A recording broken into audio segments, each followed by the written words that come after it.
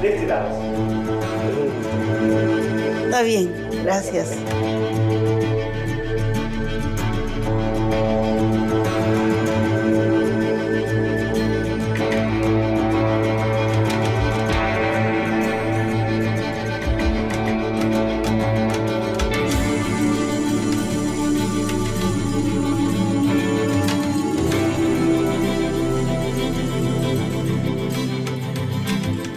No necesitaré papel, ¿verdad? No. Yo te voy a hacer algunas preguntas. Ya, está bien. Que vos sabés todas las respuestas. Así Nada que, complicadas, así nada como... complicadas. Nada.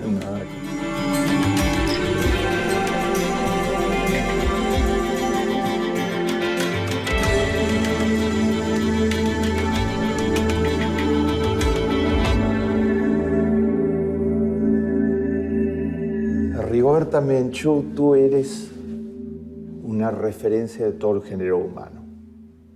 Premio Nobel de la Paz, que te fue concedido, hizo justicia a un gran sector del género humano que ha sido perseguido, discriminado y que sigue siendo discriminado en nuestros días.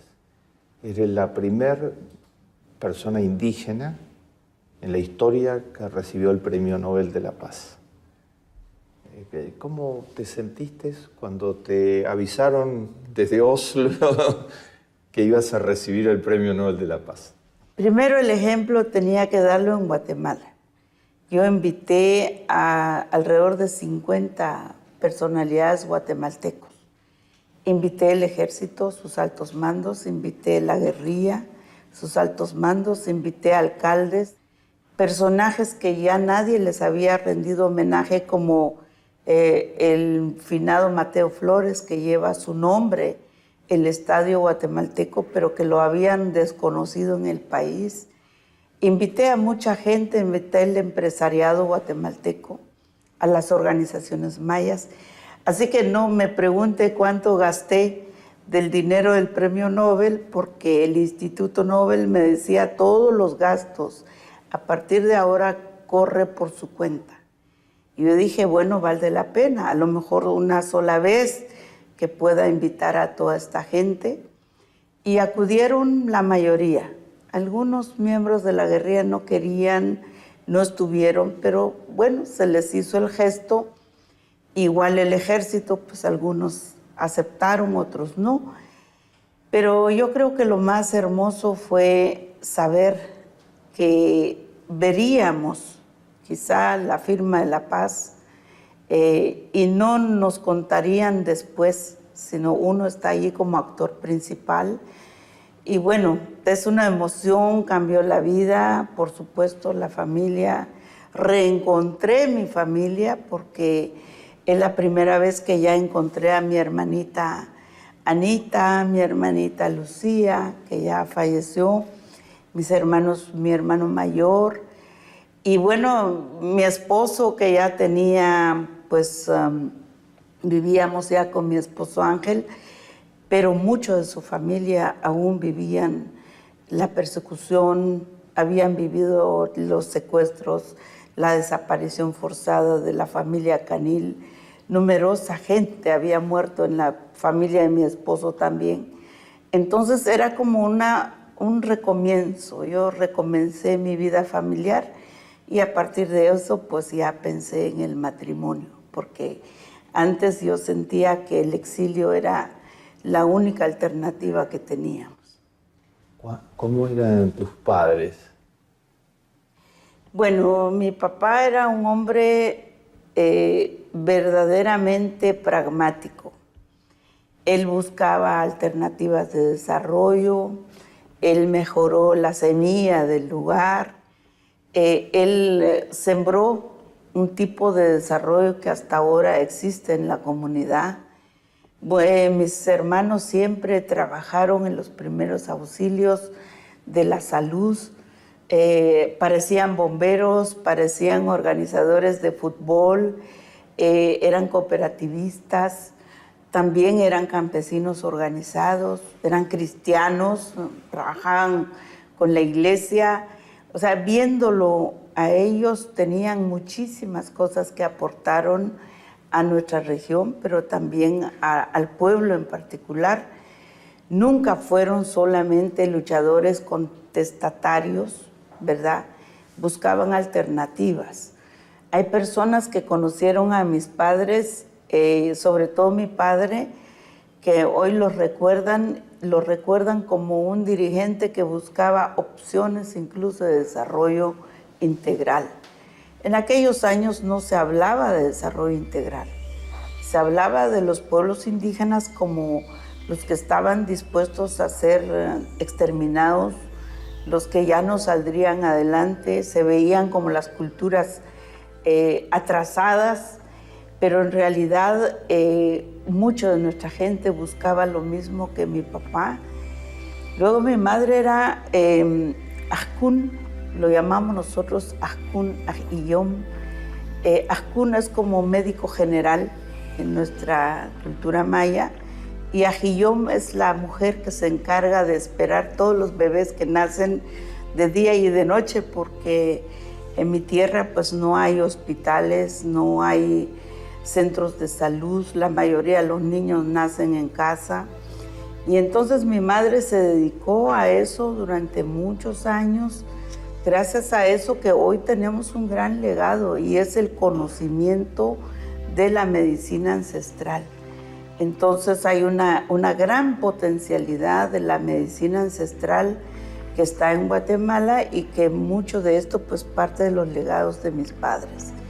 Mis hermanos eran alegres, nunca fueron apaciguados, buscaron alternativas. Por decirle algo, mi padre cambiaba de lugar de nuestra casa cada 2 años. Es cierto, nuestra casa era de paja, de hoja de caña, o buscábamos en la montaña una hoja que hacíamos con eso el techo de la casa.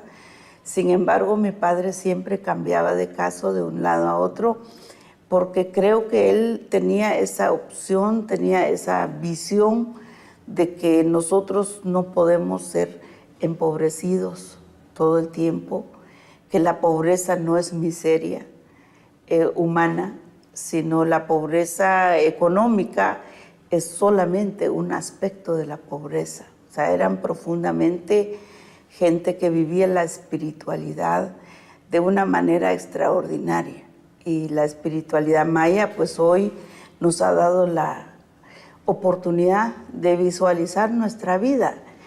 Muchos me preguntan a mí del perdón, y yo digo, bueno, primero el perdón para nosotros es algo que tiene que ser de tú a tú, es algo que tiene que ser como un profundo reconocimiento, y nos enseñaron nuestros padres así. Y bueno, nosotros tuvimos la suerte de superar el genocidio, la tragedia, la matanza, y no quedarnos como víctimas para siempre. O sea, hemos superado eso. Nuestra memoria revela nuestros tejidos multicolores hoy, nuestra pintura extraordinaria, nuestra organización comunitaria que existió siempre. Así que creo que mis padres no eran tampoco tan excepcionales, sino existía más gente que hacía todo ese esfuerzo en Guatemala. Ve que tus padres te dieron muchísimos valores éticos, no te pudieron dar propiedad de la tierra porque los indígenas han sido tan excluidos, pero te dieron, nosotros lo llamamos capital social, valores éticos fenomenales. En Guatemala hubo un genocidio gigantesco. La comisión presidida por el obispo Gerardi hizo un informe respetado mundialmente, 150.000 asesinados, 1 millón de desplazados, desaparecidos. 2 días después que presentó el informe fue asesinado el obispo. La Comisión de las Naciones Unidas documentó de igual modo. ¿Cómo se siente ser una de las líderes de un pueblo genocidado, ¿no? Hay que decir que no es fácil, porque quedaron muchas cosas en la población. Uno es el terror, el miedo. La gente muchas veces se calla, muchas veces no participa, muchas veces se abstiene por el miedo del pasado. Y sobre todo los genocidas también han sabido manejar eso en la psicología social. De decir, bueno, si te metes en problema vas a pagar los costos, o sea, el hostigamiento. El otro es que nuestro pueblo prefiere callar porque sabe que tiene más que arriesgar. Primero, la civilización. Creo que ustedes han visto, ha habido una cantidad de folclorismo en Guatemala, se hace ceremonias públicas, pero en realidad no es eso lo que tenemos. En realidad tenemos algo más.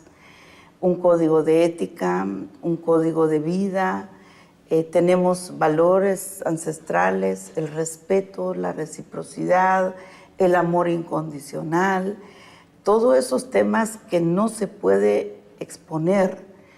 Luego tenemos mucha fe en nuestra juventud, porque la juventud maya, a medida en que tiene más orgullo, es mayoría. Hoy la juventud va siendo más mayoría en la población, entonces como que hay que medir lo que hay que hacer. Y por eso es que los parámetros a veces no se coinciden.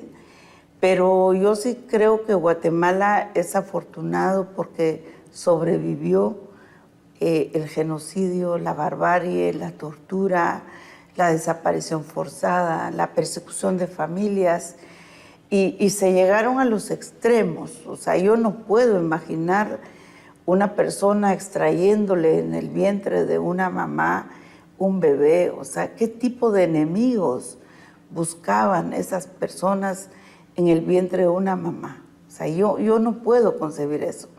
Sin embargo, eso pasó y evidencias de esto hay. Nosotros hicimos un gran trabajo de documentación científica, incluso buscando los recursos con muchas dificultades. ¿Por qué? Porque nadie quiere realmente implicarse en una investigación seria.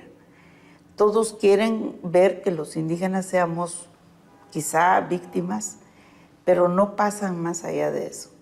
Entonces hemos tenido que trabajar y sacar fortalezas y fortalecer algunas organizaciones que tenemos, luchar contra todo, porque incluso la cantidad de ONGs que se crearon después de la guerra divide una vez más. O sea, no hace una sola fuerza para el pueblo maya.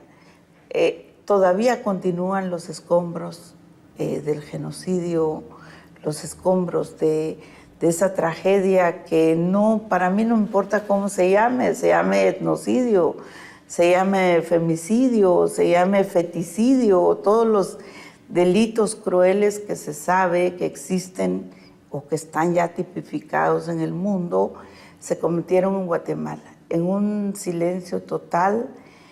Pero la ganancia para mí es que fui yo la primera en decir, en salir, en publicar un libro, en pedir espacio, luchar, pero llega un momento en que ya no soy yo. Muchos me dijeron mentirosa, muchos me dijeron que inventaba los hechos, me atacaron duro. Sin embargo, cuando empezaron a hablar más y cuando empezamos a ver que habían evidencias resguardado por la gente, impresionante, es como si hubiera ocurrido ayer. Entonces yo me doy cuenta que no soy yo la protagonista hoy, sino son otros los protagonistas. Y eso a mí me da un orgullo enorme, me da mucha satisfacción. Considero este premio no como un galardón hacia mí en lo personal, sino como una de las conquistas más grandes de la lucha por la paz, por los derechos humanos y por los derechos de los pueblos indígenas, que a lo largo de estos 500 años han sido divididos y fragmentados y han sufrido el genocidio, la represión y la discriminación. Rigoberta Menchú, Oslo, Noruega, 1992. Este fue uno de los genocidios más atroces que se hayan conocido, ¿no? ¿Qué repercusión encontraste en el mundo frente a la denuncia tuya tan valiente y permanente del genocidio de tu pueblo? Yo creo que hay muchas personas que son solidarios con nosotros. Mucha gente reconoce nuestro esfuerzo. Muchas organizaciones han aprendido de nosotros. En algunos otros lados pues no lo veían como delitos en contra de la humanidad.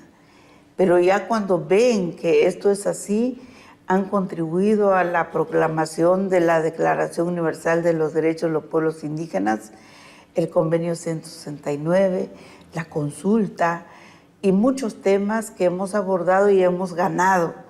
Ahora, también hay detractores, pero de ellos yo no me ocupo.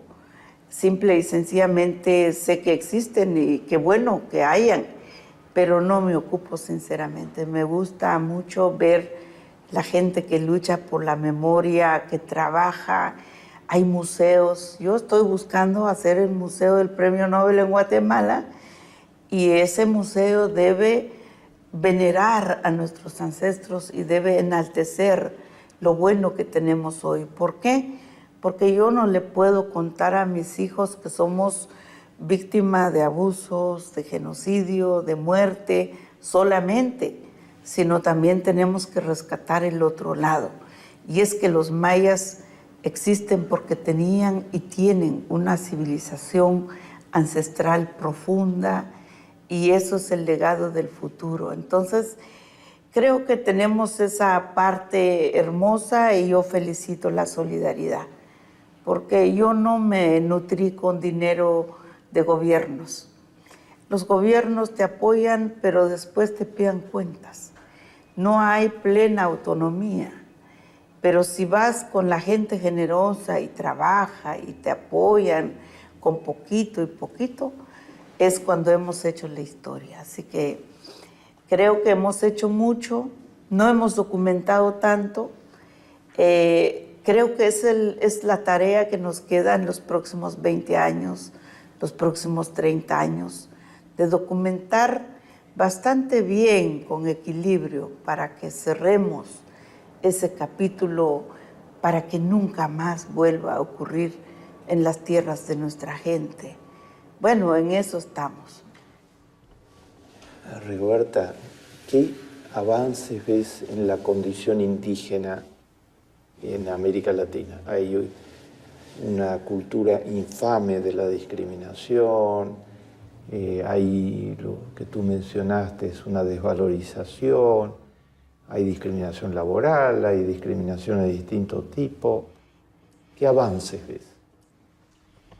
Yo creo que cada país tiene una realidad cotidiana y en esa realidad cotidiana hay algunos avances legislativos. Por ejemplo, en Guatemala pues hemos logrado que nuestros idiomas sean oficiales, hemos logrado que hayan ciertos reconocimientos, pero no confiamos solamente en esa parte porque la impunidad, básicamente la impunidad también todavía se edifica con el racismo, con el neocolonialismo, con el militarismo, con la represión, la criminalización a los pueblos indígenas y lo sentimos cotidianamente.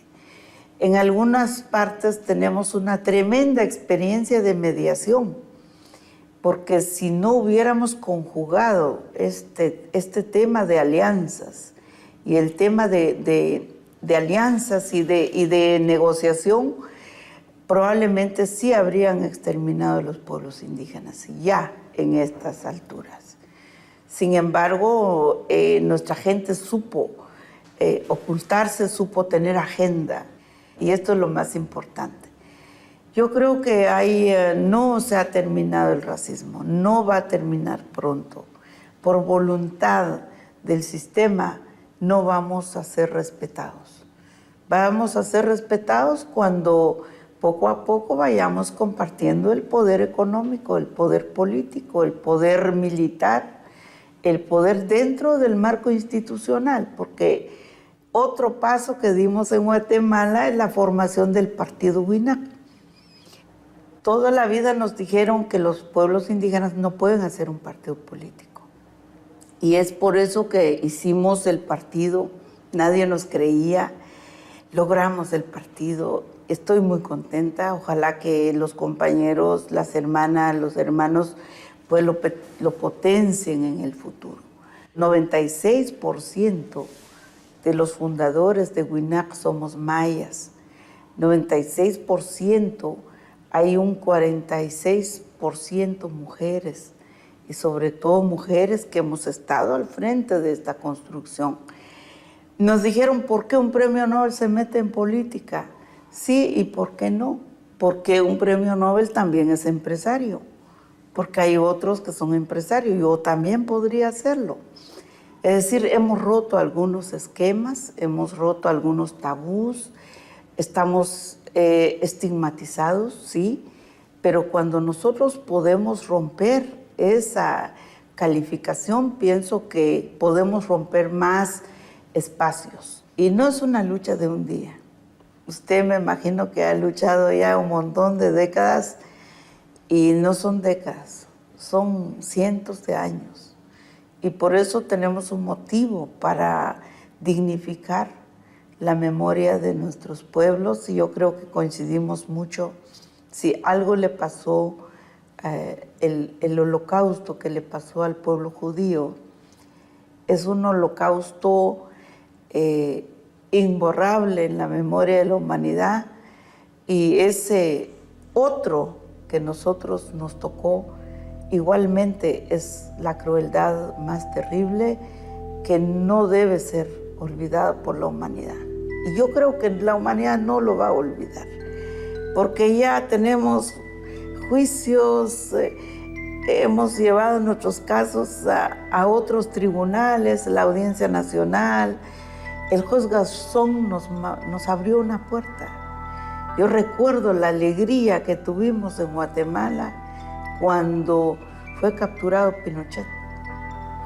Y nosotros queríamos encontrar esa puerta, ese túnel donde podíamos ingresar nuestro expediente. Y nos animamos. Eso significó llevar familia otra vez al exterior. Mi hijo, mi esposo, en 8 días abandonamos el país, pero nos fuimos a la Audiencia Nacional. Cuando hay un túnel, que vemos que hay una luz, allí vamos. Y por eso es que solo buscamos la justicia formal. Tanta prueba hemos dado para eso, por el bien de nuestra humanidad. Así que muchas gracias a usted. Muchas gracias en nombre de todo el género humano por esta lucha, por la búsqueda de un mundo mejor, un mundo sin discriminación, con memoria y un mundo en paz, en paz. Muchas gracias. Igualmente.